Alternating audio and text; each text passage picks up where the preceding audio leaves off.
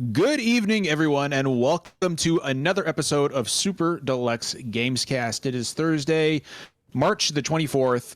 April is almost upon us. Hi, Derek. Derek's waving at the camera. Hi, buddy. We were talking before we went live. Last week, almost nobody could actually join the podcast. So we decided to have a Jackbox night. That was fun. But it's always so much better when we can hang out with everyone and do a podcast and just bullshit. Like this is what we live for. It's right funny here. how last week what I needed more than anything was a Jackbox night, right? Like just a goofy, fun playing games night. And this week, when it's been 2 weeks since we've had a podcast, I desperately need a podcast night. Justin, Godzilla is always valid. This is a tiki mug, actually. Oh, I love it. Yeah, I've got a xenomorph one too.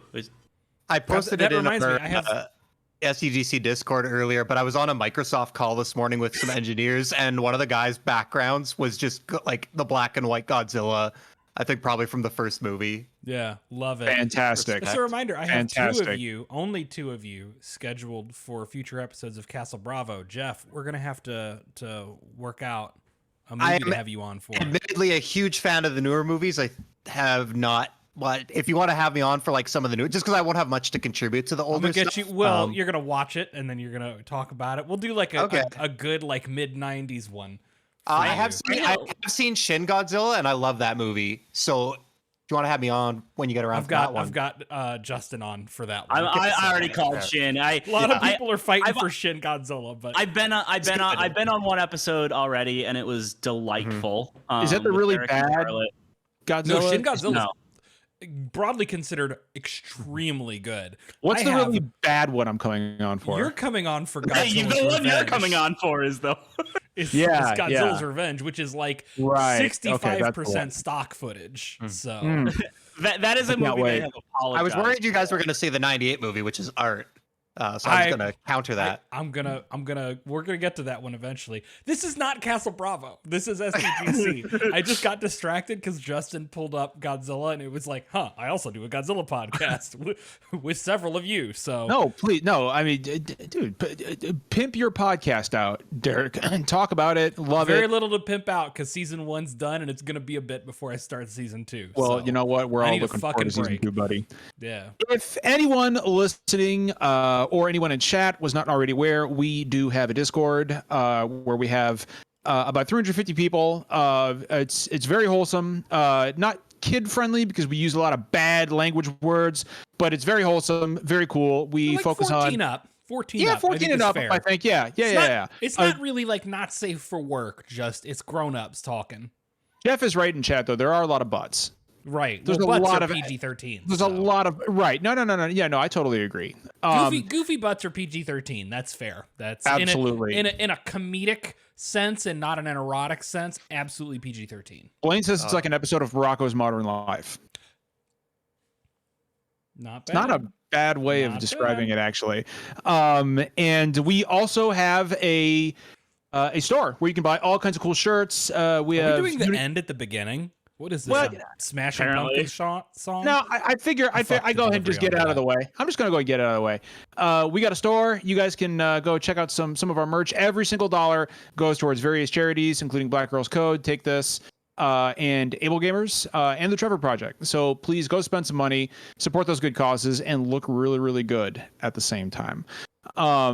Guys, been kind of a slow week this week. We do have one topic. Well, we have two major topics, right? We have stuff to talk about, but it's gonna be, a good time tonight. So we're gonna talk about what we've been playing, as we always do. We are gonna talk about the response of some video game companies to Ukraine, to what's happening in Ukraine, without getting too, depressing and dark about it. But we are going to talk a little bit about how developers react to worldwide tragedies and when it's appropriate to, like, say, for example, change a game or delay a game or cancel a game, and when it's a little bit much. Basically, look, y'all know we're all about that, like, lefty lib like community activism kind of stuff, but like, when do we actually want these companies to speak up, and how, and when is it just kind of like a little cringe, or just like, you didn't need to be a part of this, it's fine. You know, because some companies have had good responses and some have had silly ones. So for sure, you know, and we will get into all that, and we're also going to do a hype check tonight for the rest of 2022. We're going to talk about the games that we are excited about. We're excited about coming out for the rest of the year. Now, I am laying down some ground rules for myself. Now, you guys don't have to follow this, but Derek and I already talked about this. I was already like, is one of them going to be Final Fantasy 16, which is not confirmed for this year? No, I am only going to hype games that we know are coming out in 2022 that either have a firm date or they're like, it's coming out in 2022. There's just not a window for it yet. Yeah. Which means no Final Fantasy 16, no Breath of the Wild, even though they said they're aiming for 2022. I'm still not convinced that's coming. If it doesn't have a hard 2022 date, I personally will not talk about it. That's just for me, though. You guys do what you want. Fuck the rules. Exactly. Rules are like bones, Derek. They're made to be broken. No, that's explicitly not what bones are made for. They are if they belong to bigots. Yeah, you like that, don't you? See? A little bit. Exactly. All right, let's go ahead and get into what we've been playing. Derek, why don't we kick it out with you, buddy? Well, what have you been playing, Derek? It's real easy because I've been playing a single game. It's Elden Ring. I can't stop playing Elden Ring. Oh, it's so good. Tell us about Rykard, Derek. Tell us about Rykard. Fuck Rykard, the least acceptable thing I've ever seen in my goddamn life. No, look, I love Dark Souls. I've made that clear. I've probably said that countless times. I love Dark Souls. I am one of the few people out there who prefers Dark Souls to Bloodborne. There is something about Dark Souls in terms of its sort of atmosphere and its world building and its aesthetic of dark fantasy that really appeals to me. The Berserk influence is very strong on Dark Souls, and Berserk is something that's very, very near and dear to my heart.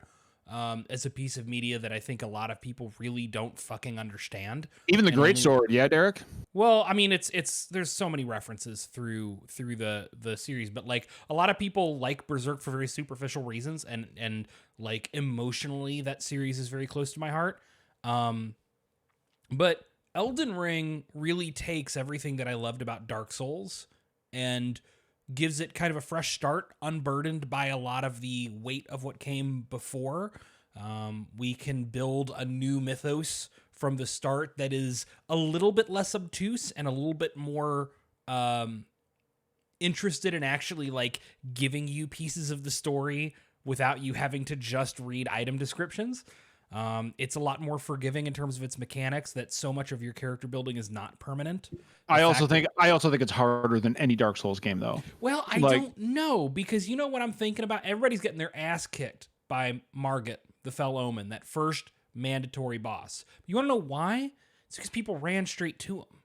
And that's not how the game is meant to be played. Well, if you take your time, you gotta get the shackle.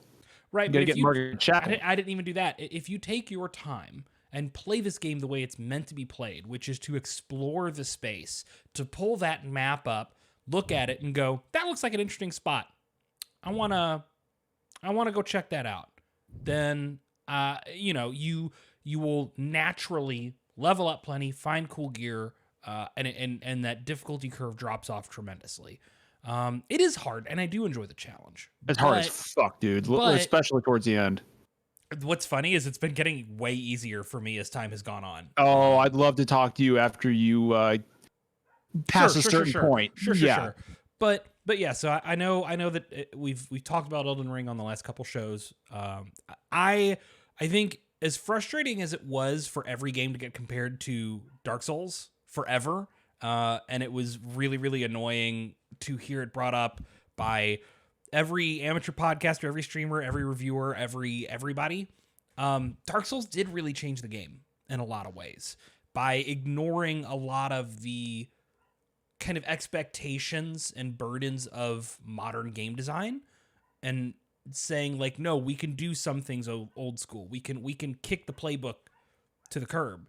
And Elden Ring does a lot of the same things with open world design that I really hope more open world games look at, because I'm getting really tired. I've grown so tired of the Ubisoft style open world format. And that's exactly why I have no interest in Ghostwire, Derek. After reading we'll see. But like I said, Elden Ring is far from perfect. I think it is a very interesting, very special game that a lot of people could learn from and a lot of people could improve from. And clearly even From Software believes in improving on what they've been doing, because so much about Elden Ring is a lot more forgiving than like Dark Souls has traditionally been. So even they kind of agree, like, there's room to elevate the formula. Derek, that's going to break tomorrow, but I've been playing Elden Ring nonstop. It's the only game I played for like 3 weeks now. Are you picking up Kirby tomorrow? That's my man. That's my man.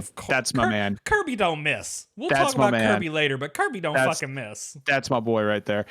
A big ass shout out in the chat to Tarek. What's up, Tarek? Dude, it's so late over there. Why are you still awake for this?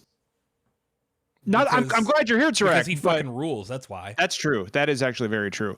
The Sleepy Phantom says, "Hi everyone. I'm actually able to catch a stream for once." Hey, all right. Always happy when people are able to catch a stream here. So, I will go next, and then we'll Justin, you want to go after that? We'll go to Jeff because I know Jeff wanted to go last. So, I've been playing a few things actually. I've been playing Triangle Strategy. I haven't finished as many of these games I've started as I'd like, simply because there's so much to fucking play right now. I'm juggling about 6 different games at any given time. It feels like I'm playing Triangle Strategy, about halfway through that. Excuse me. I do plan on finishing that up next week. Great so far. Love it. Not a whole lot to say else to say about it that hasn't been said already. I've been playing Stranger Paradise. That boy. Now that is a motherfucking video game, my friends. This sounds like a video game, man. There is literally a moment in that game where one of the 4 fiends, Lich, and I've hit this point, where Lich, one of the 4 fiends, is talking to you, and he says, "And that's because I'm," and then Jack cuts him off and says, "I don't give a fuck who you are," and just punches him in the face. Like that to me sums the entire game up. It is so fucking brotastic, and there's fist bumps everywhere. I will say that visually, it's not the best looking game, but it does, like, the resolution has been improved from the demo. I was really worried when I played the demo. I was like, oh no, this doesn't look great. It's not going to win any best visuals at the Game Awards this year. But I'll tell you what. I imagine it'll clean up too over time. It's Team Ninja, Neo, both Neo games, I think, went through the same arc of being a little rough at launch and really cleaning up over time. So this game is better than it has any right to be. Like, any right to be. It's on my to-do list. It's just unfortunately got a few things ahead of it, but it does seem I'm kind of down for some taking that game, putting it on easy mode, and just burning through it, just like dudes rock. Like just like appreciate the fact that we're playing a Final Fantasy 1, a retelling of Final Fantasy 1, where the protagonist is playing like nu metal rock on his phone. Like, I mean, I don't know what else to say. Limp Bizkit, specifically. We do need to call that out. Okay. It's fucking incredible. Boy, oh boy, that story's going places. Once you get near the end, that story is really going places. What else do I got? So I played the Kirby demo again in preparation for tomorrow. Fucking can't wait for Kirby. Those reviews got me so happy, dude. I'm so fucking happy for Kirby. I love Kirby games, so I'm very excited about that. And I've also been playing some low poly horror games. I've discovered games on the Switch that they've been ported to the Switch, but they got their start on PC by Puppet Combo is the developer, and they specialize in low poly PS1 era style horror games. And I downloaded Murder House and Nun Massacre. And excuse me? Murder House and Nun Massacre.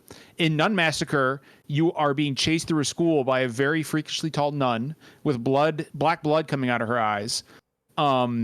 In Murder House, you are part of a team that is investigating some paranormal shit in a house where a serial killer used to live. It's got a fixed camera. It has tank controls. It's essentially Resident Evil, like the original Resident Evil. And Derek, your sister was the one who recommended these to me, and they that sounds like a pretty Charlotte Core game for sure. People in chat seem to know who Puppet Combo is. Derek, they're fucking great. Okay. I've heard Murder House has been on my list to check out for a while now. I heard it's good. They're great. They really fucking are. I love these games so far. And yeah, that's what I've been playing. I'm planning on jumping back into Final Fantasy 14 when patch 6.1 hits here in a few weeks. And yeah, that's what I got going on right now. Justin. All right, so I've been on the grind in Destiny quite a bit. I'm still really enjoying all the Witch Queen stuff. I'm hoping I can get a chance to raid sometime soon because I really want to check out this raid. I've been super into all the lore drops and stuff this season. I really love what they're doing with the story in Destiny. Like they actually have. I don't want to say too much because I don't want to spoil it for people that aren't into it, but like they have dramatically stepped it up with how they're handling story and lore and stuff in Destiny, and it's legit great writing that's really putting the game in a really cool place. And it's like this is the first time in a while that I've just wanted the next expansion to drop right away for Destiny because I need to see where they're going with this, especially with the titles of the next couple expansions. That seems to be the sentiment that I've heard as well. But yeah, Witch Queen is awesome. This is one of the best states Destiny has ever been in the entirety of its existence. So I'm very happy with that. And also, I got a large gift card from work because I signed people up for our honors program. So I splurged and bought a few things that I wasn't planning to get for a while. I pre-ordered Ghostwire Tokyo, which comes out tonight. Shit, that does come out tonight. What the fuck? I grabbed Stranger of Paradise myself, but I haven't really played it beyond the demo stuff yet. But I also picked up Elden Ring, which I wasn't planning on getting to for a while, but I have actually been playing quite a bit of Elden Ring this week. And I've mentioned before that I wanted to kind of take my time or probably wait for a price drop or something to check it out because From games don't always hit for me. But I've actually been enjoying it quite a bit. I still have a number of issues with it. Namely, I've been getting bugs where like the face buttons on my controller don't work and stuff like that. And it happens on both my controllers. It's not just the controller, stuff like that. So like, and stuff like that's very frustrating in a game like Elden Ring. But overall, I'm actually really enjoying it. And it's kind of funny. It's the opposite experience I have with most games in that I actually really, really like the open world stuff, but I'm actually not a huge fan of the more linear sections so far. Like I like the little dungeons and stuff that you can discover out in the world and stuff. But like I did one like large castle area that's more of like typical Soul style area. And I did not enjoy that nearly as much as the open world and exploring part of it. I didn't like that castle nearly as much as some of the other like big dungeon type areas that come later. But the Rhea Lucaria Academy is essentially Anne Orlando. Like it's this game's Anne Orlando for sure. That means nothing to people who haven't played Dark Souls 1. Yeah, but I'm assuming everybody in chat has played Dark Souls 1 because it's a bad assumption. Our community, aside from Justin, don't say they're gamers. They're a community of taste. But they listen to us, so.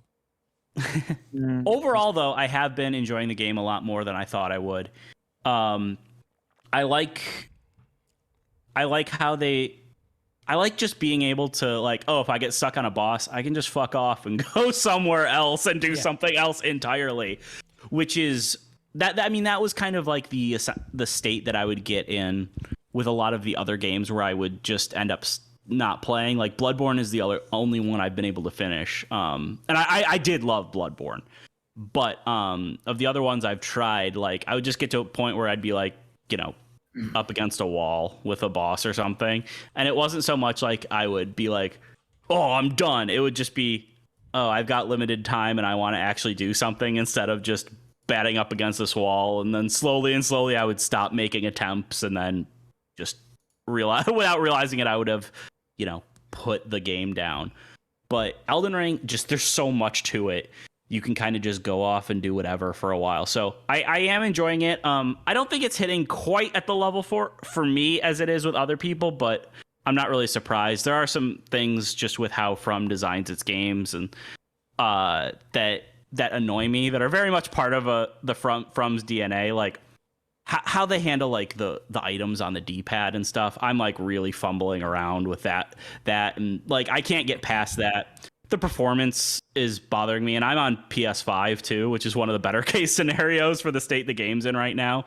And for a game that demands, good timing and stuff, I'm a little bit less forgiving of performance issues and stuff like that. But overall, the game is really great, and I think I know you guys all know what I think of Breath of the Wild, but forgive me for this comparison, but I'm almost excited to see the games that this influences more than I am seeing the rest of this game, which is kind of the same thing. Same feeling I had coming from Breath of the Wild. Like, even if not everything hits for me, I think there's some kind of a middle ground between everything being like Elden Ring and everything being like the Ubisoft open world game. I think that there's a lot that other games can pull from this and integrate into their design in a really, really great way. And I'm really excited to see that play out because the game has been so successful, has just become such a zeitgeist game that I really do think we're going to see a whole lot of influence in it. And I'm excited to see that pan out. So yeah, I'm really enjoying it. For anybody that's keeping track, I've beaten Godric. Okay. So like I've done the first all right, yeah, I know exactly where you're at. Like you passed the bosses. first major wall then. Yeah. And from here, so I've done the first. There's too many fucking G and M and R names in this game. There's the names all follow themes. Godwin, Godric, Godfrey. Godfrey and Godric are descendants of Godwin, right? Then you've got Rykard, Radon, Ronnie, Renala. It's too fucking much, dude. Like, stop. George R.R. Martin. I know. Right. I know. Before we move on to Jeff, I wanted to clear something up. I've got to clear something up in chat. Rar, it wasn't that I was spicy, and it wasn't that my chest was spicy. Last week, the question on Jackbox was, I'd like to never hear somebody refer to their chest as spicy ever again unless they literally rubbed like it was that right. Hot it was sauce that on their chest, which is not a good idea. I would never do this. I would never do this. Oh, hey, Pilknock. I would. What the hell are you talking about? I'm talking about. I don't know. So Rar in chat. Referring to. So Rar in chat. I'm muting him. I muted John. I'm bringing you back. I'm sorry. You're back. Am I? You're even full screen now. Great. I love you. Great. Rar in chat said, according to last week's Jackbox stream, I'm pretty sure John is spicy or his chest was spicy. I forgot the details. It's not my chest was a work of art. Rar. It wasn't. Spicy had nothing to do with it. I'm not spicy. I just want to clear that up. Jeff, please go. I would give anything to get out of that conversation. Yes, please. Wow, wonderful boy Jeff. I don't know how to follow that up. I'm still playing Gran Turismo. I came to kind of like a realization, which is that for the last like year or two, I've just been bitching how I don't want to play hard games, and I don't find frustrating, difficult stuff fun, and I'm just fucking killing myself getting every gold in all the license tests in Gran Turismo, which basically require like perfect. I think I have 80 hours in the game already, and I must have spent like 8 hours on one license test. And to put that in perspective, the license test would be like take a corner in this amount of time, and it's like the goal is like 16 seconds. So I probably spent 8 hours on a 16-second section of track. I must have retried it 200 times. So that's my idea of fun these days, apparently. But no, the game's just got a ton of content. I'm finally dipping my toes back into the online mode, into sport, which is great. I'll drop a screenshot in chat. I don't know if that'll work, but I had a nice 20-minute race staring at the back of a Pornhub car earlier today. So, Gran Turismo players keeping it classy. But I'm gonna put this on full it's screen. Hang on. Jesus, oh no. Will we get like copyright striked from them for showing that on the stream? Hopefully not. I don't think so. I don't think Pornhub's in a position to be too upset about getting airtime anywhere. Yeah, just top-notch stuff, really. And like the one word. I tried to get a look at the rest of the car to see if it was as creative, but it's pretty boring. I was a little disappointed. So it's a nice break from all the anime cars. There's a huge crossover apparently between racing enthusiasts and anime fans. It's crazy. But no, I've been playing that. Just doing license tests, just working my way through the content, unlocking shitloads of cars. I spend probably more time doing like paint jobs and liveries than I do actually racing. It's just like a nice, like if I need a break from like stressful stuff, you can just chill. The music in the menus is so relaxing, and I made a Death Stranding car. It took me like 2 hours. But no, it's just having a real good time, and I don't know. It's hopefully going to keep me going for the rest of the year, because for me, it's looking pretty slim. But we'll talk about that later in the show. We'll talk. I guess. Yeah, we'll get into that. We'll get into that. I think before the show, so you guys were saying, I'm not on Twitter, I'm not on Reddit, I'm not on the social media. You're the healthiest of all of us. I don't know about that. Jeff is so wise. People in the Discord were saying, like, so we could tell you anything and you'd believe us. I'm like, well, yeah, I trust you. I have no way to verify this information independently. What Animal Crossing sequel? What? Nice try. I know it'll be another 10 years.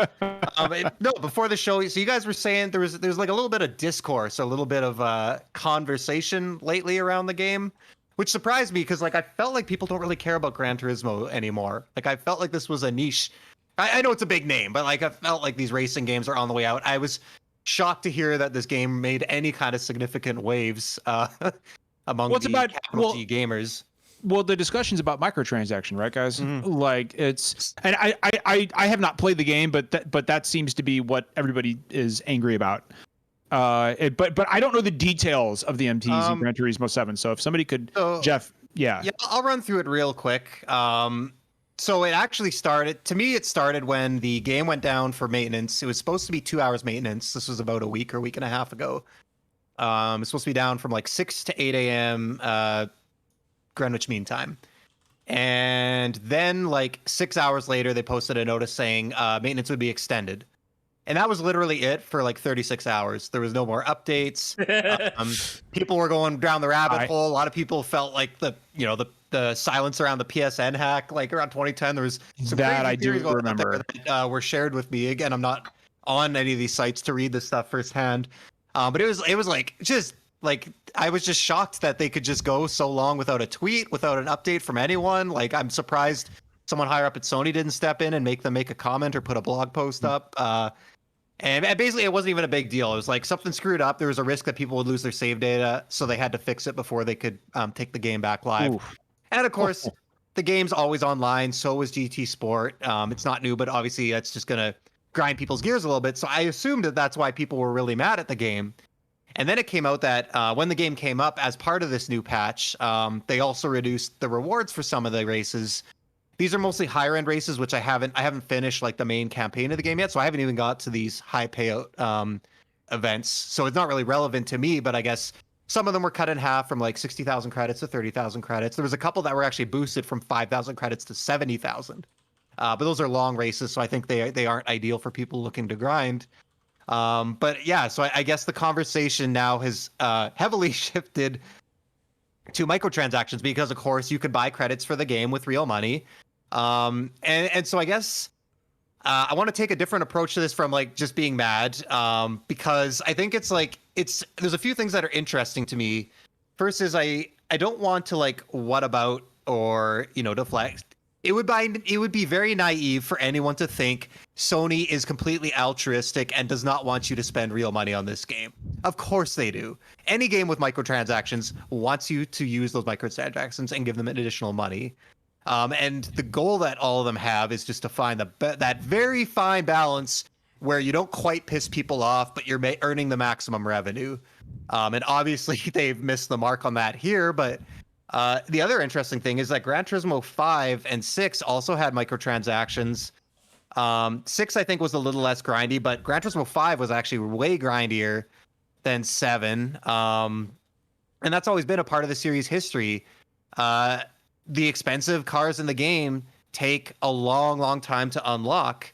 So I'm not surprised people are upset. I'm a little surprised that it just blew up now, given that just based on my experience with the series, it's not anything radically different than it's been for the last 10 or 12 years. And I don't know if it's just kind of the zeitgeist at the moment. But I guess where I wanted to go with the conversation is the series is grindy. Even before there's microtransactions, Gran Turismo 3 was very grindy. You had to race a lot of races to get the most expensive cars. It's part of the game's fundamental design.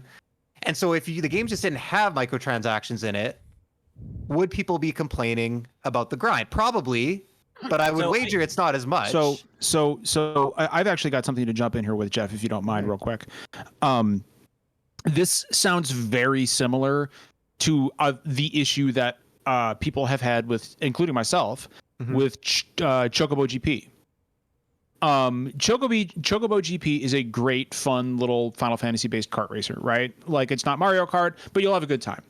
However, the game is completely bogged down in microtransactions to the point where you get bombarded with messages about how you can buy mithril, right? Like mithril points, and you can use mithril points to unlock fighters, or not fighters, but unlock racers, and get the season pass. And Cloud and Squall are behind paywalls, right? Yeah. And even when you get the season pass, you still have to grind to level 60 to even unlock Cloud. You don't just unlock him. I'm gonna be real with you. This shit is why I did not get Chocobo GP, because you tell me I can get Squall, and then you tell me that he's behind a bunch of battle pass bullshit.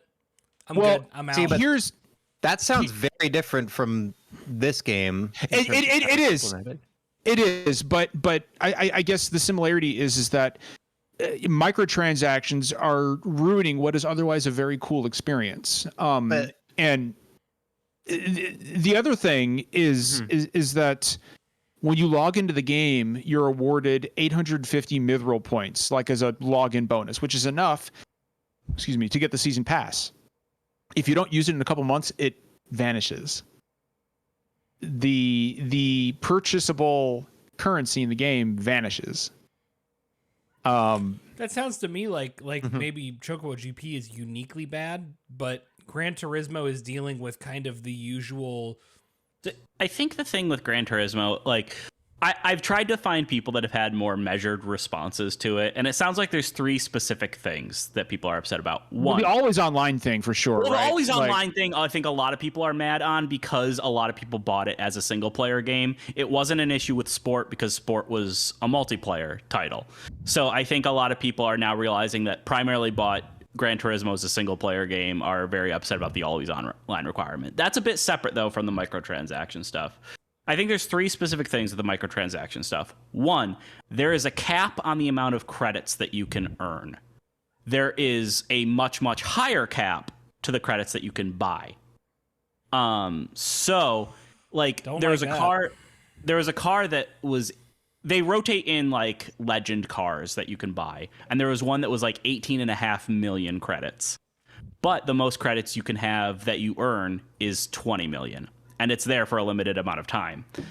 So, unless you've already grinded it.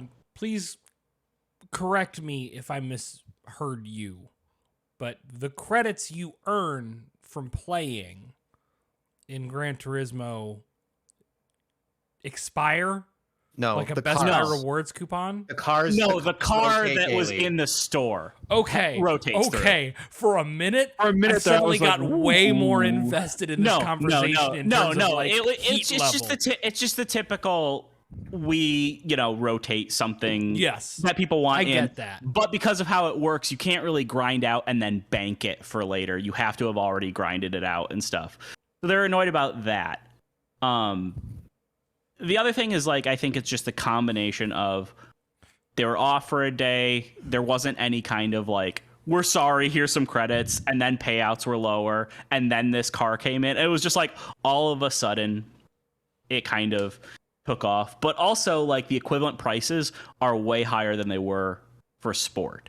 I think some of the stuff that was $5 in sport is now $40 in 7. So it's a huge increase in price. I think and then I think sorry, you can finish, Justin. And then just the third point is that people are nervous because Sony has said they're working on 10 live service titles, and they're going to be releasing over the next few years. And so people are worried that this is how the pricing is going to go for a lot of Sony's other live service titles, which I think Polyphony is kind of a uniquely out of touch developer in some ways. So I don't quite have that fear, but I at least get it. Yeah, I mean, it's interesting because sport is such a different game where it was almost like they wanted you to have every car as fast as possible, so there's daily spins you get. And for example, in sport, every daily spin, you just had 4 cars in the spin and you would win a car every single time. There was no other rewards. Whereas something like the other Gran Turismo games, like this one, or even Forza Horizon, where you win a kid's wristwatch or something like that. It's a different approach, but sport felt very much like a beta for their new online league, which is in Gran Turismo 7 still. It was kind of like a proof of concept, and I think they weren't too, and that's why I think the cars were so cheap, the rewards were so generous. It was just they wanted people to race with all the cars and kind of get all the kinks ironed out, probably in anticipation of this title. But I think the again, just the interesting thing to me is we won't ever really know what their intention is. I want to believe Kaz when he says this isn't a strict money grab, and like I said earlier, for sure they want a little bit of that cash. But I also do believe that they want that grind, especially because the series is a live service game now, like it or not. We know that there's long gaps. This is the first mainline game in almost 10 years since Gran Turismo 6 in 2013.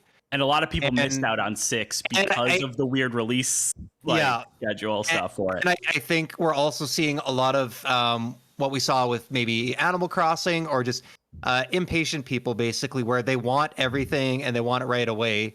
The game has been out 3 weeks, and they probably plan to support this game for 4 to 5 years, and they probably don't want you to own every single car in 3 weeks. And I think that's where some of the frustration is coming from, is people, the game's philosophy is incompatible with what a lot of the people actually want out of it. Now that's obviously compounded by the microtransactions, but I just think it's interesting. If there was no microtransactions, what would the reaction be? Would the rewards would be a little bit better, but I don't know.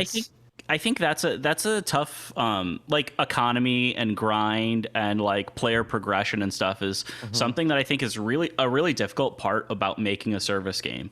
And you have to hit the point where you have people playing for a long time because there's stuff that people want to earn. There's stuff that people want to collect. And it has to take a while because you want them to keep playing and stay invested and keep coming back. But it can't feel bad to the players. Yeah. And then you also want to have your ways of speeding it up for making money and stuff, because, service games can generate a lot of money and they cost a lot of money to keep going.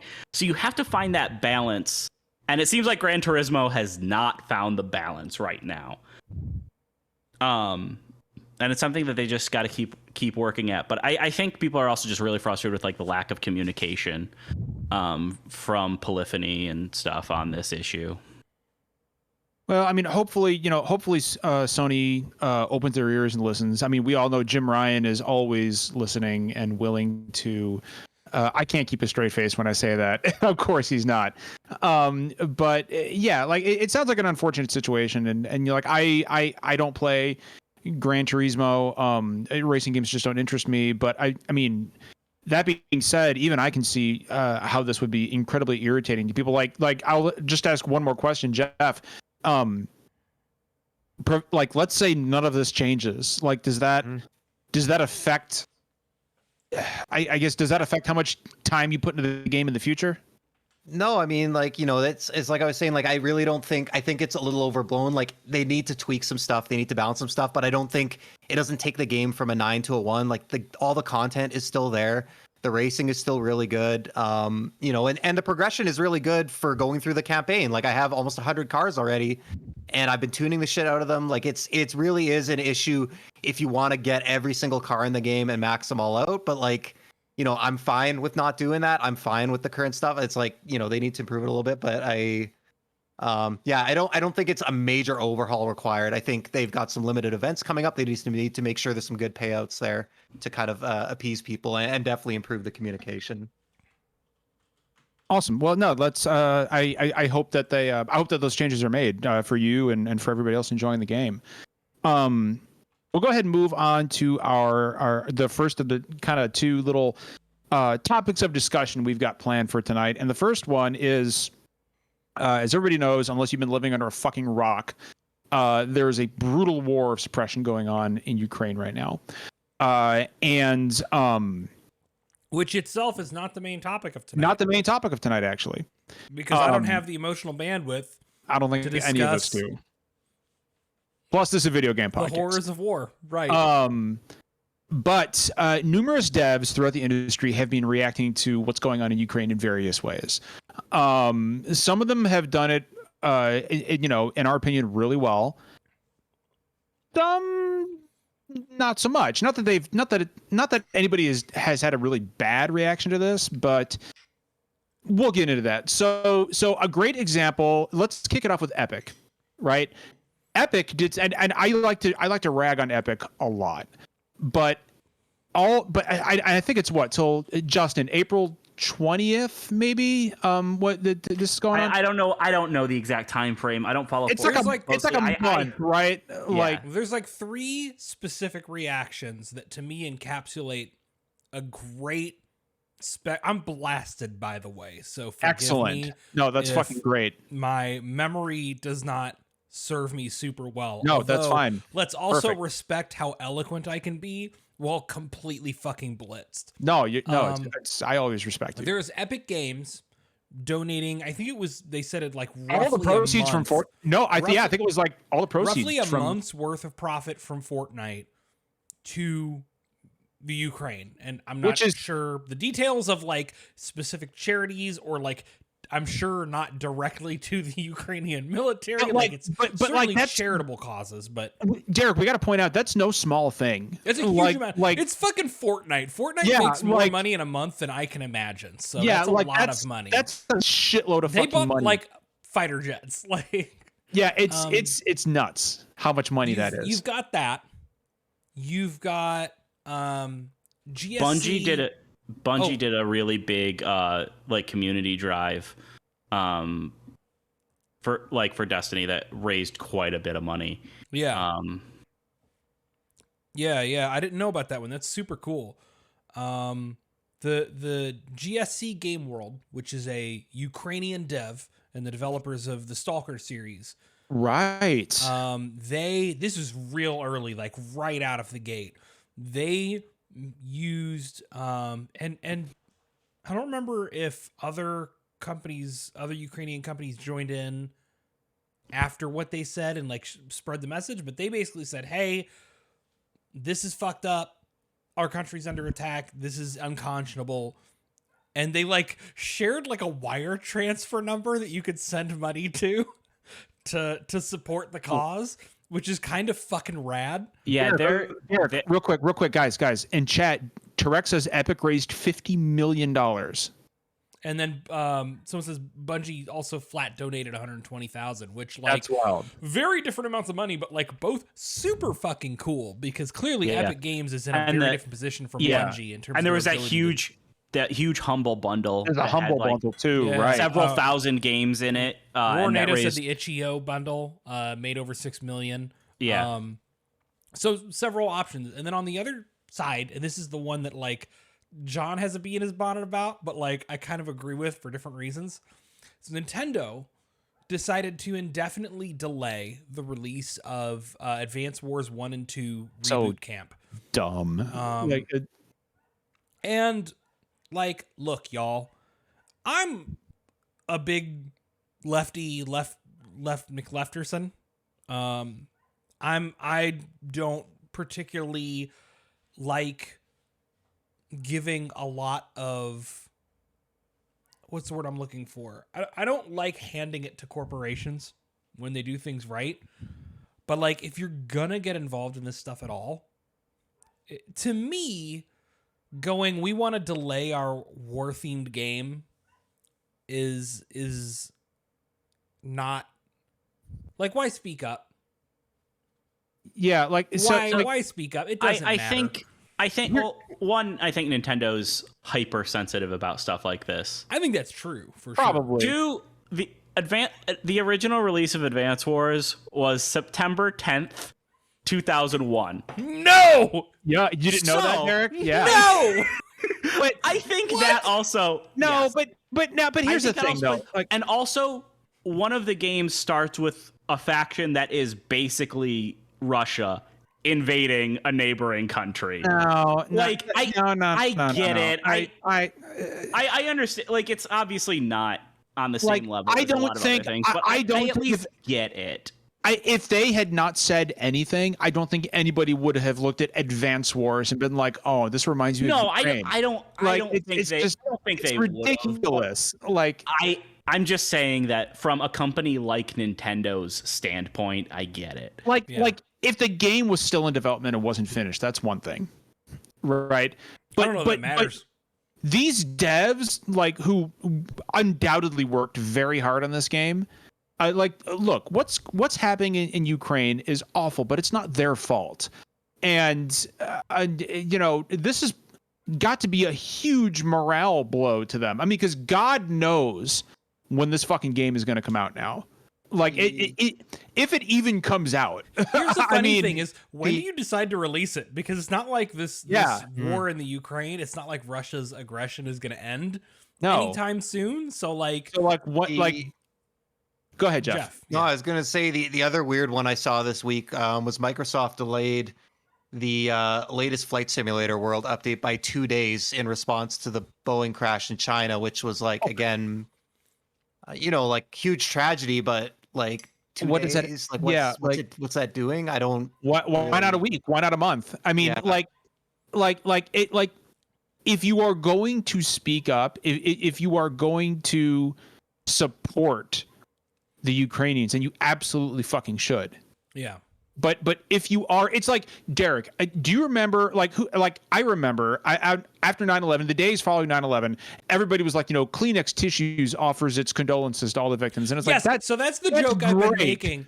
Like, I've been making this joke in the Discord, on Twitter, everywhere, but like, I don't really give a shit what Arby's thinks about the invasion of Ukraine, right? I'm sorry, I have to laugh at that. I don't give a shit. Like, if you're a company, anything you say on and this is kind of what I would like to, this is my personal stance. I don't know how y'all feel or agree with this.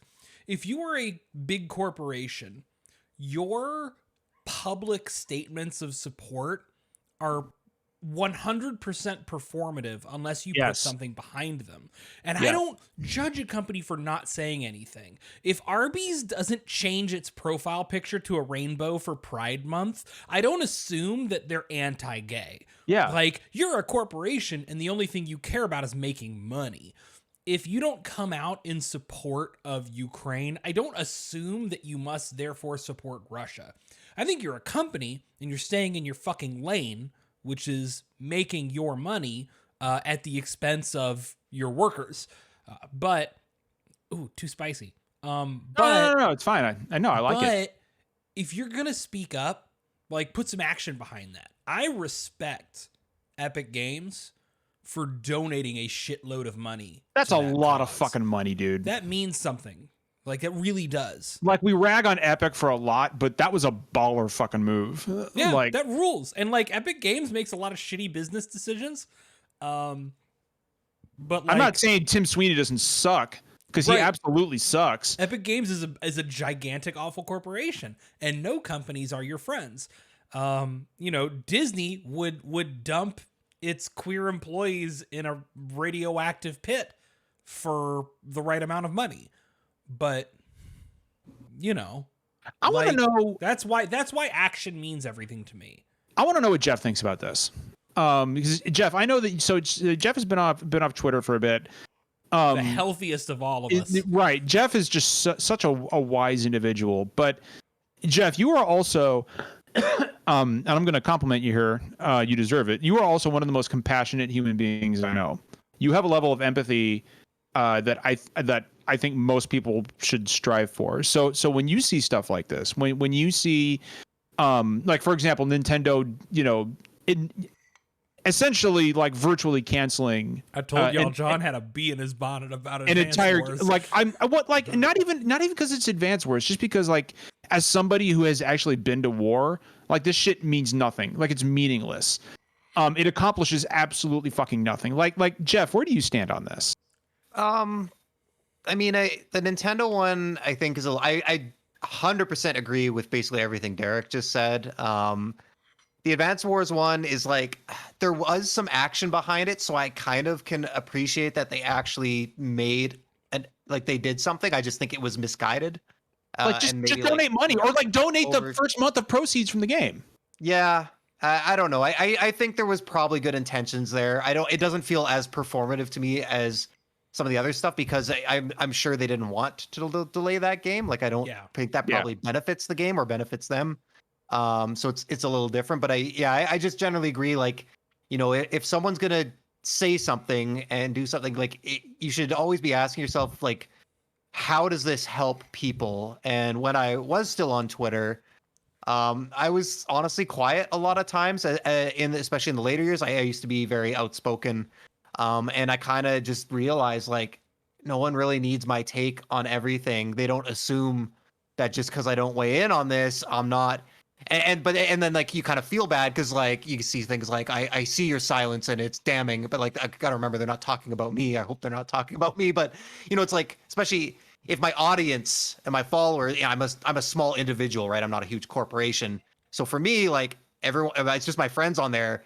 Me saying anything doesn't really do anything because they're already thinking and they already believe everything I do. So like to me, that's performative. And when it comes to a company, they can make a change. They can influence people, but only by doing something. Just putting the tweet out there doesn't do anything. So I mean, that's my take on it. I think, like Derek said, if you're going to say something, then back it up with action and make sure that action is meaningful and make sure that action is actually going to help people in the real world and make a difference, which is what the millions of dollars that are coming from Fortnite to Ukraine will do. People will benefit. That is exactly what. So Jeff just hit the nail on the head.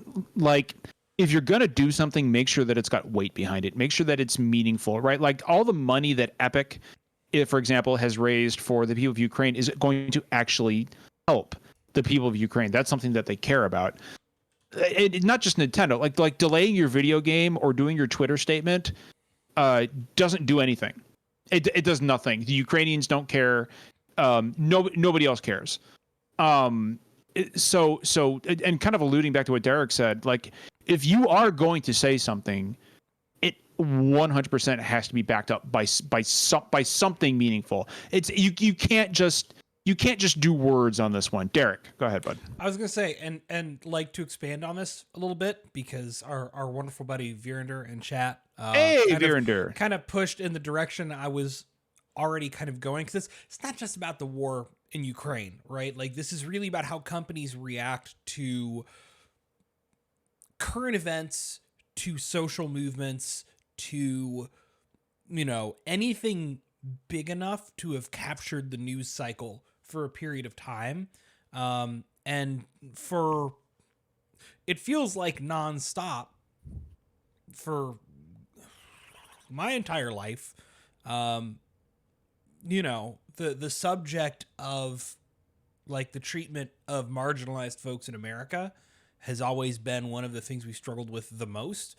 And I kind of made the allusion to like Disney with Pride earlier, but like if you're a person of color And in the time since this conversation really about race really got heavily renewed after the summer of 2020, you have seen so many corporations come out in support of people of color, in support of equality, in support of diversity, in support of justice, but they've done nothing, right? So like the social media post doesn't mean anything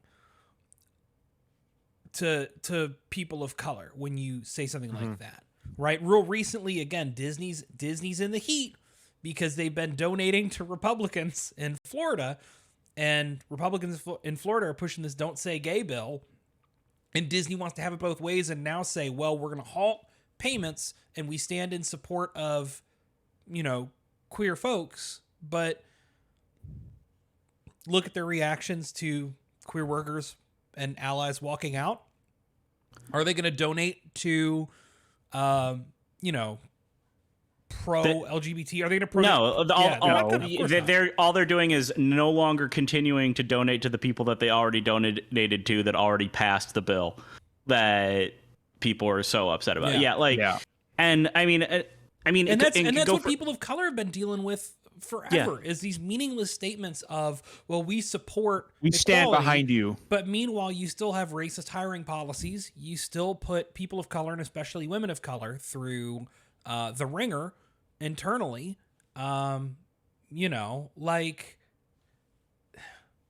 you know, so I think this is a great opportunity, as we have so many different reactions to like the war in Ukraine, because everybody's going to say the same thing about people of color, right? They're going to say we support diversity, we support inclusion. No big mega corporation is going to come out and be like, actually, we do believe in a white ethno state. Like, that's, you know, fucking Warner Brothers is not going to come out in support of white nationalism, right? They're always all going to come out in support of the milquetoast progressive position.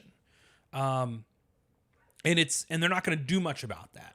And this situation with the invasion of Ukraine has given us an opportunity to see corporations react in kind of maybe a little bit more of a variety of ways than we would normally see.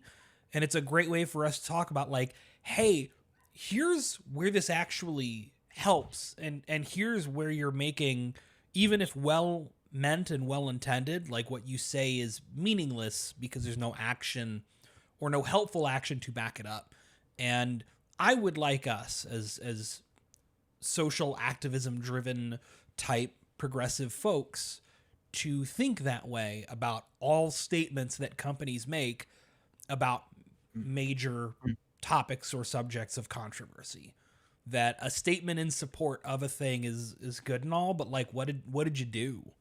But I do also want to echo, though, that like sometimes even just getting some of these statements or some of these donations requires a lot of people that work there to fight really, really hard. That's a solid point. There's a huge difference between a corporation and the people who work in the corporation. Look at what happened when all those IGN staff members very rightfully came out in support of Palestine. Right? Yes. Like, do you guys remember that? Oh yeah. They penned this huge this huge letter, you know, like supporting people of Palestine, and IGN corporate made them take it down. And they raised fucking hell. And eventually, I believe it got put back up, right, Derek? It did get restored. It took long enough. But it took a long time, but it did. But like Justin was just saying, it was only because people fucking screamed about it for as long as they did. And Justin is right. Like, you know, these things wouldn't even be happening if people weren't actively fighting for them to happen. Like, even these statements wouldn't be put out unless a substantial group of people at each one of these companies said, hey, we really want to make our voices heard. We really need to say something. What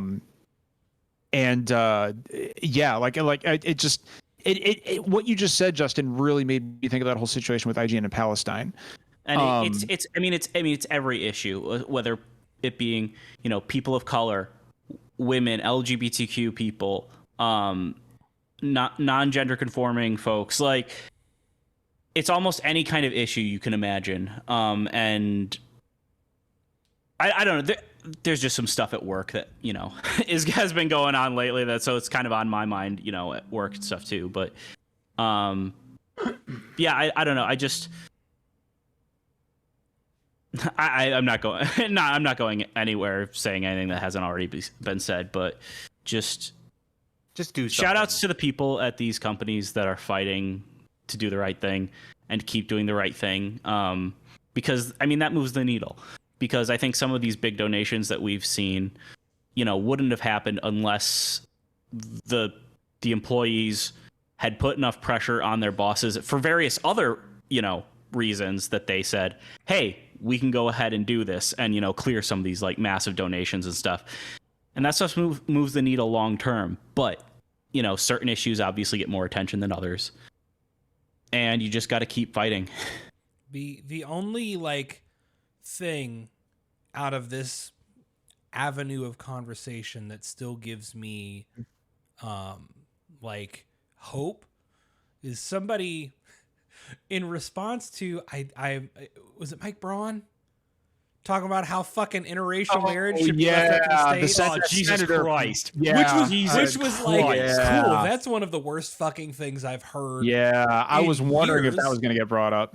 But here's the thing. Somebody shared an infographic that showed the level of public support for interracial marriage in the United States over time and how that has gone from 3% up to 90 something percent over the last few decades. Well, the thing that blew my mind about that chart is I looked at the year I was born and it was under 50%. The year I was born. Yeah. It's no matter where we think we are, and there's always a much longer way to go than we think we have. And I think about it, I definitely grew up in an era where my older sister got a lot of flack for dating black men. And that's so fucking bizarre to me, but I think back on it, it's yeah, that straight up did happen. But I see that, and it reminds me that though the fight is hard, though it may never be over, we can continue to improve. It is a fucking travesty that the fight may never be over. In my own family, when I was in the Marine Corps. Now bear in mind, this was in the early 2000s, right? I was in my early 20s. I told my mom I was dating a girl, and she said, I'll just say it. She said, "Oh, please don't tell me she's black." And I was like, "Actually, Mom, she is." And I ended up marrying her. That was my first wife.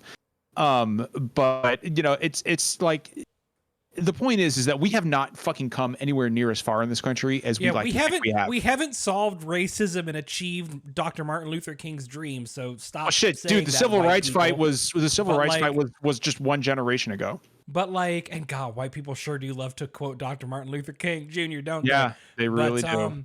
But the fight's not over. And with some of the legislation that's going through lately, it seems like the fight's going to have to keep going. But yeah, the fight will never stop. I truly believe that. But we'll keep fighting, and the people after us will keep fighting. And I think a big part of that is learning to, in this world where so much power is managed by corporations, is learning to spot the performative, learning to spot the bullshit, and learning to spot the real action. Look, like I said, it shouldn't be that way, but like I said on Twitter, all I want to do is just give a bigot a Green Goblin spine buster right through 3 floors of a building. And if you don't think I could do it, then you haven't met me in person. Yeah. So I can absolutely make that happen. You've lifted me right off the ground before, so. Yeah, like a baby with little effort. Like Derek said, we're gonna keep fighting. And the people after us are gonna keep fighting. And that's all we can do is just keep fighting. We're gonna keep being noisy on this podcast from time to time for little as we can do. But I'm gonna keep talking about Final Fantasy. this podcast for sure. Cool. Very equivalent help. Thank you for your service. And speaking of things that are not Final Fantasy, because I'm not going to bring up Final Fantasy 16 on this one. And we've kind of worn through the subject of companies and the reactions. We have. It plus like it's starting to get heavy. We're not trying to get too heavy tonight. We are going to close it out by giving you guys a little hype check, giving ourselves a little hype check. We are not even halfway through 2022 yet. And already there are all kinds of fucking games coming out that all of us are extremely excited for. And so we're going to talk about some of the games coming out in 2022 that we are just over the moon for. Can't wait for them. Very excited. Now, of course, I am not going to. So and you guys can do whatever you want, but I'm going to keep myself to games that we know are coming out in 2022, right? Games that either have a release date or a release window in 2022. And I'll go ahead and kick it off. Guys, my most anticipated game this year by far has got to be the HD 2D localization of Live Alive. It's so fucking cool, dude. Like Live Alive, for anybody listening, if you don't know what Live Alive is, it is an old 16-bit Super Famicom RPG developed by SquareSoft back when they were still SquareSoft. One of those games that never got localized, never came over here. And I can't, Derek, do you remember why? I don't know why it never came. There was a reason it never came.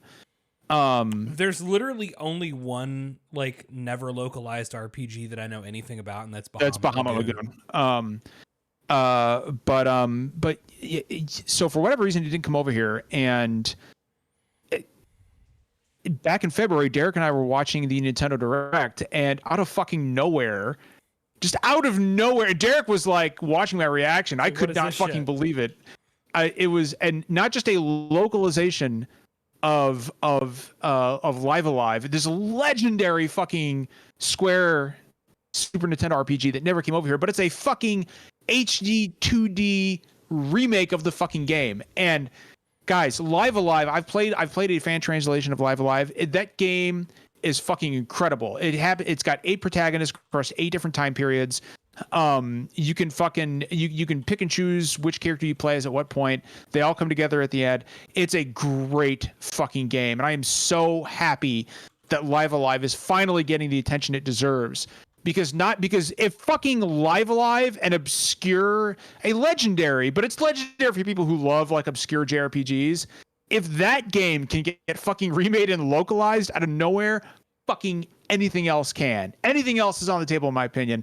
And Live Alive is just, I can't fucking wait. Day fucking 1 for me. God, I'm so happy. I'm so fucking happy.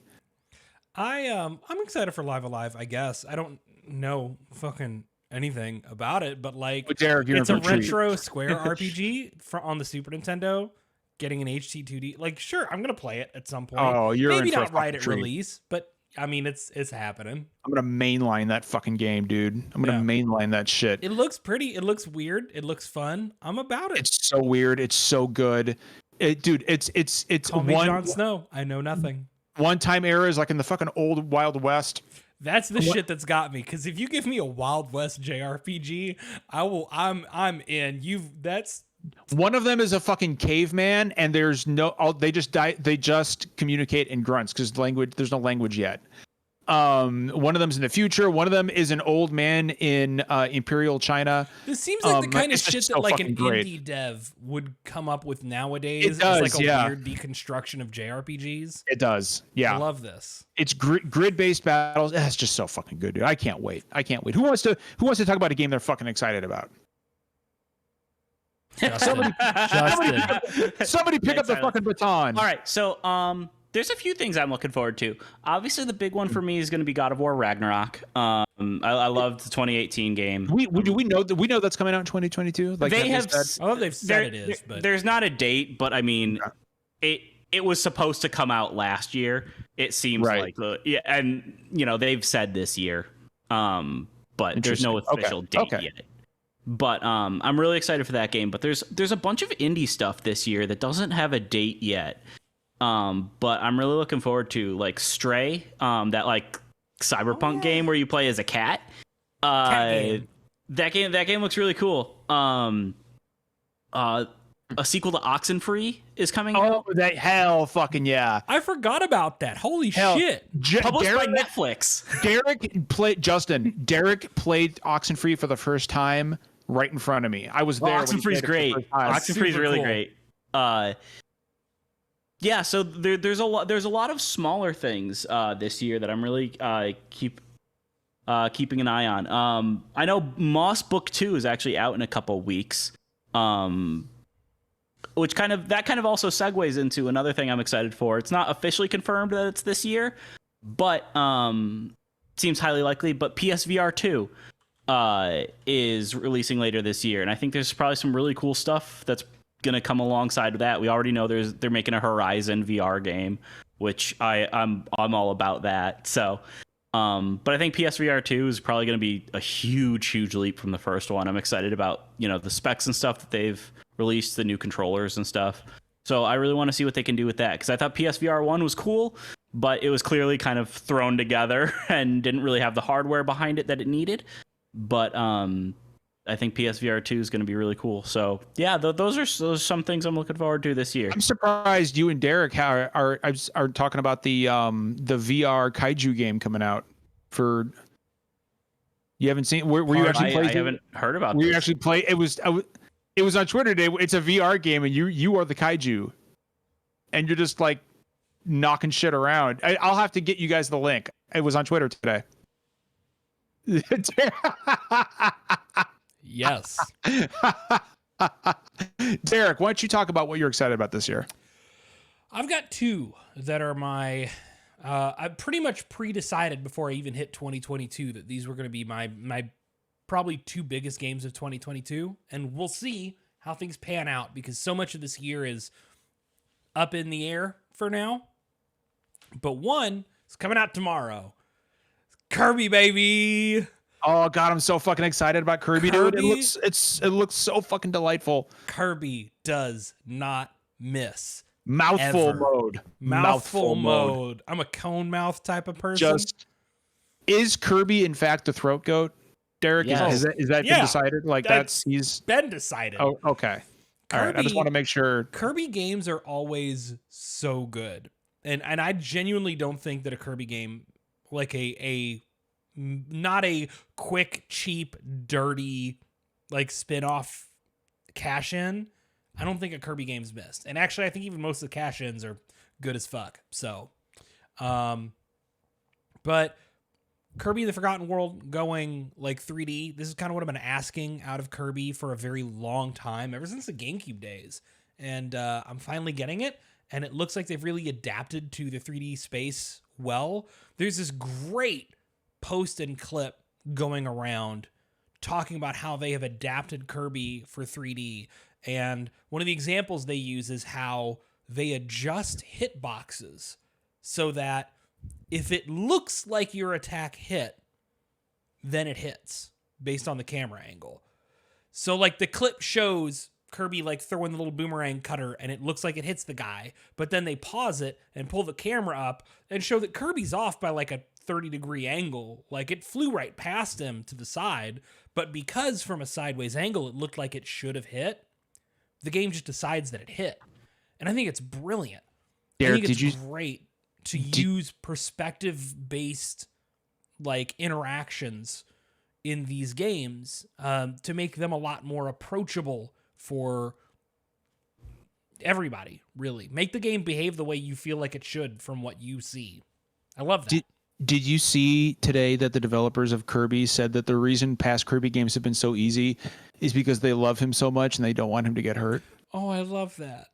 Oh, that's awesome. Oh, I love that. That's literally what they said. And dude, I was like, oh god, I was like, fuck, like my wife does not like Kirby, and I'm gonna see if I can change her mind by having her play co-op with me on this. But my wife, fucking Vicky, loves Kirby. Yeah, she's a Kirby stan. Martha should love Kirby, and she is. It's right up her fucking alley. It's weird that she doesn't. You'd fucking think. It's so weird maybe that I'll she change your doesn't. mind on this one, but we'll see. Jeff, Go ahead. No, go ahead. Please, Derek, please. I mean, we're just going to keep going around the horn. Right. So I've seen this get brought up in chat, and this is like my absolute must. Like, this is my big game of the year, is Forspoken. I cannot fucking wait to put my hands on Forspoken. And I keep saying this, that it's giving me big Dragon's Dogma energy, in that I think it's a game that's going to be maybe a little messy, but it's going to punch so far above its weight class in terms of kind of the wacky, wild shit that game will let you do, and how much new shit you'll be able to find. I don't know why. It's a gut feeling. But I feel really good about this. And I do really like a lot of what they're doing. I like the protagonist a shit ton. I look at her and I see my niece, and that's rare awesome for protagonists of video games to be, young black women. There's an energy to the game that seems very fun and celebrative, and like, it's not something that's overly grim. It's not trying to parody anything. It's not trying to deconstruct anything. It is trying to be a big, exuberant fantasy adventure. And I love that. Now, they could fuck it up. It's Luminous Productions, so who fucking knows? They absolutely fucking could. And they could absolutely fuck it up. But, like, I'm going to go into this with high hopes. And if I get let down, I get let down. But Forspoken could be it. I really hope they knock Forspoken out of the. And John's frozen. This one. I feel like that game needs to be fucking good. Yes, am I frozen? You were for a minute. It's fine. You were for a second. You're back. All right. Jeff, go ahead. Jeff, what is it? Give us a game that your curiosity is piqued about this year. What are you feeling? I'm dreading this, John. I'm sorry to inform you. There's literally nothing. Gran Turismo 7's it. It's not. I looked at the lists. I looked at the release dates. There's fucking nothing for me this year. Jeff. Although I'm gonna cheat a little bit and say there was these rumors about this GoldenEye 007 remaster. That's 100. That's 100% happening. Yeah. So I will say, I know it's not confirmed, but I'm gonna go off book here a little bit. I genuinely believe that game is not as good as we all remember it, because I have played it recently. Perfect Dark is. Oh, it's not. But it doesn't matter. Perfect Dark is the culmination of that formula. GoldenEye was just kind of their first crack. But that said, it's sweet nostalgia, and I will absolutely play through that campaign, hopefully online co-op with someone if that remaster is real. So I'm gonna hold on to hope for that one, because man, it's not looking good for me these days. Or Jeff, what about Final Fantasy Final Fantasy 14 patch 6.1, introducing a brand new story? Yes, the new brand new game, Final Fantasy 14 6.1. Hey, Jeff, it counts, baby. It counts. Of course, I'm always excited for more 14 content. I'll probably do what I usually do. I'm not as worried about spoilers now, because we kind of got the big Endwalker stuff out of the way. So right. I like to let a few patches kind of roll out, because it feels a little bit more rewarding to kind of roll through, like 20, 30 hours of story rather than just kind of 5 here and there, especially because I tend to forget it by the time the next patch rolls around. So, but yeah, no, for sure. That's exciting. I'm really stoked to see where they go with that, because I honestly have no fucking idea. So, another game that I am very excited for this year. And it's actually, you know what? I'm going to group them all together, because they're all fucking ninjas and they're all fucking turtles. And Shredder's Revenge and the fucking Cowabunga collection. I could not be more fucking. Oh my god, dude! Turtles in Time is one of my favorite 2D beat 'em ups ever. And to know, one, that we're getting fucking Turtles in Time, I'm gonna have it on the Switch this year, but we're also getting a spiritual successor by the same devs that did Scott Pilgrim vs. the World, which is a great fucking 2D beat 'em up. They are developing Shredder's Revenge, which looks fucking awesome. I am so fucking excited about the wealth of Ninja Turtles goodness that is coming to consoles this year. I know we don't have a release date for either one. They're both coming out in 2022. They've been very clear on that. We don't know when.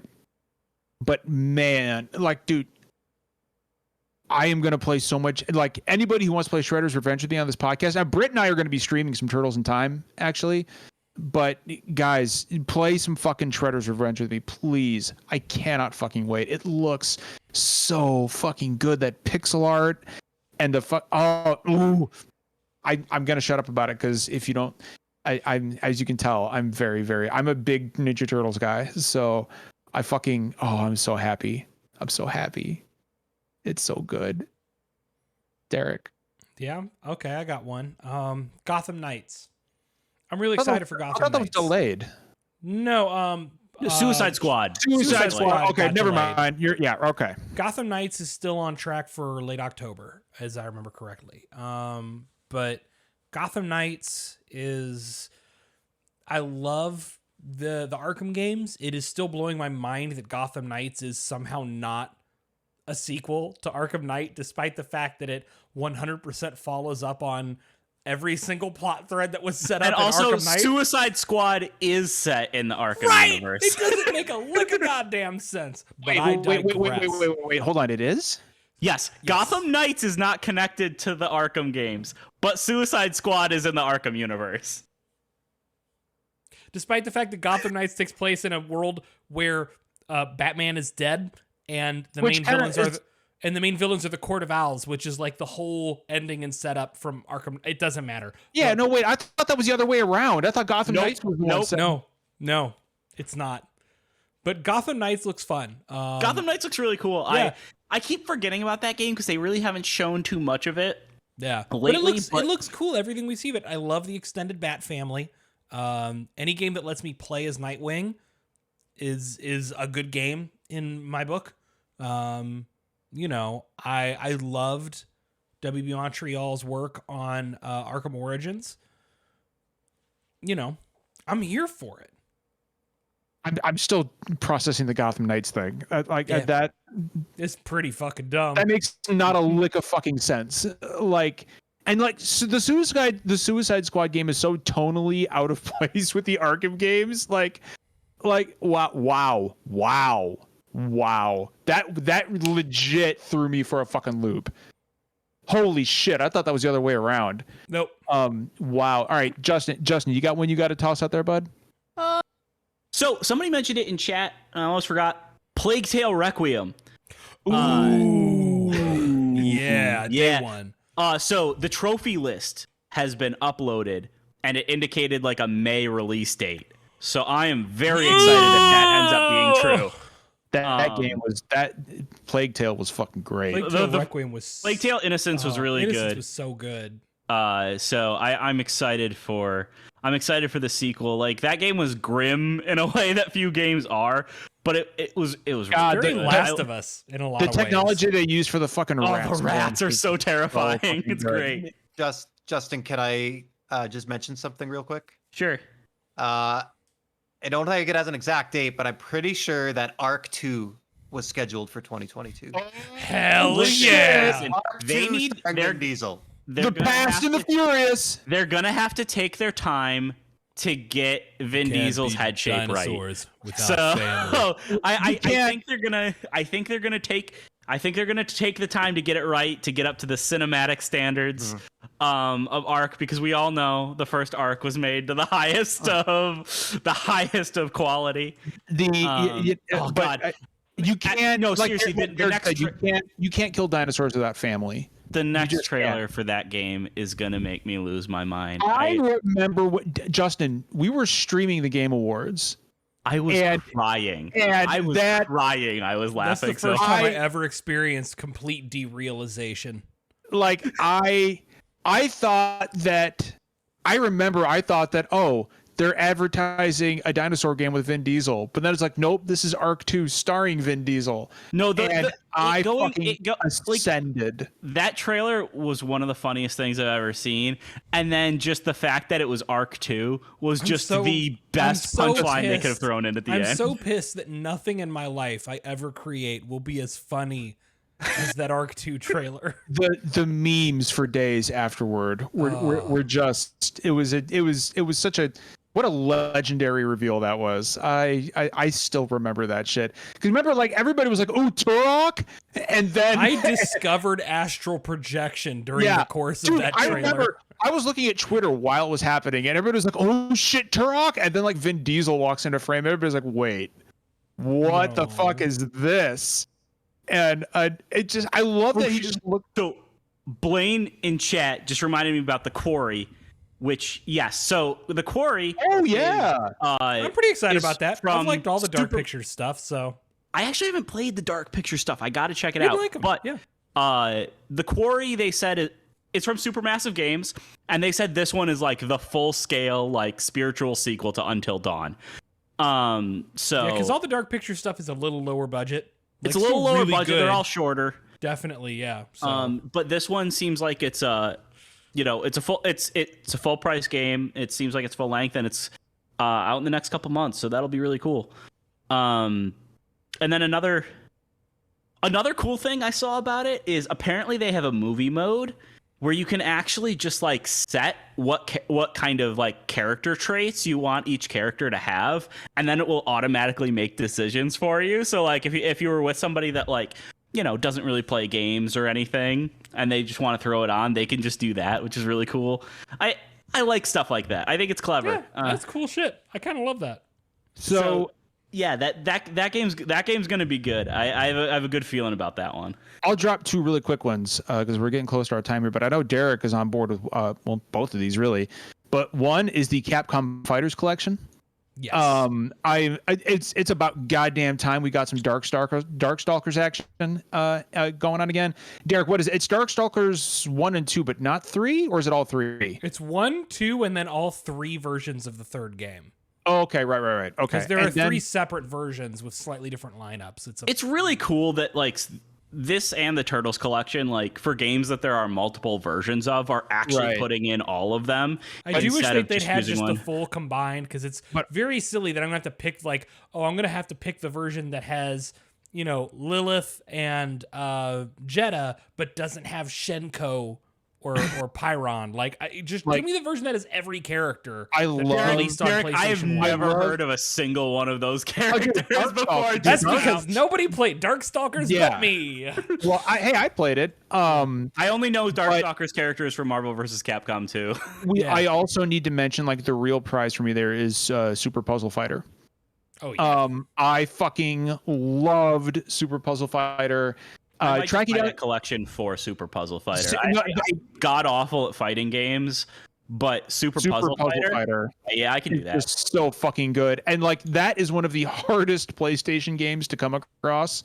It's not that it's all that expensive. It's just fucking hard to find, and I have been wanting a port of that for a very long fucking time.